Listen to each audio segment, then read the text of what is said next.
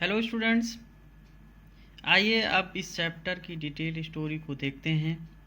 Yudhishthir waited for his brothers in anxiety and thirst. Yudhishthira चिंतित और प्यासे अपने भाइयों की प्रतीक्षा करते रहे। Can they have been subjected to a curse और are they still wandering about in the forest in search of water. क्या वे किसी श्राप से ग्रस्त हो गए हैं अथवा वह पानी की खोज में अब भी जंगल में घूम रहे हैं। कैन दे हैव फेंटेड और डाइड ऑफ थर्स्ट। क्या वे प्यास से बेहोश हो गए हैं अथवा प्यास से मृत्यु हो गई है।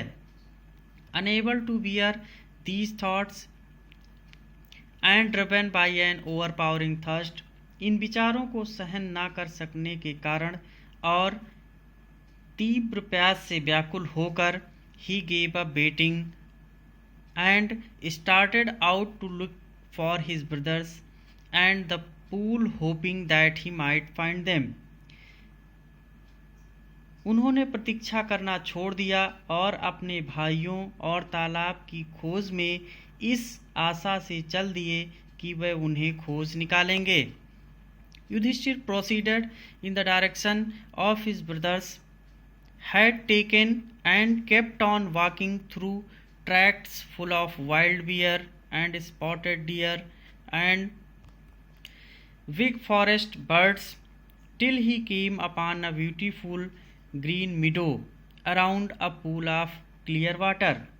युधिष्ठिर उसी दिशा में चल पड़े जिधर उनके भाई गए हुए थे और जंगली वृक्ष, चितकबरे, हिरन एवं जंगली चिड़ियों से भरे हुए उस वन क्षेत्र के बीच उस समय तक चलते रहे जब तक कि वह एक साफ पानी के तालाब के चारों ओर के सुंदर चारागाह पर पहुंच न गए।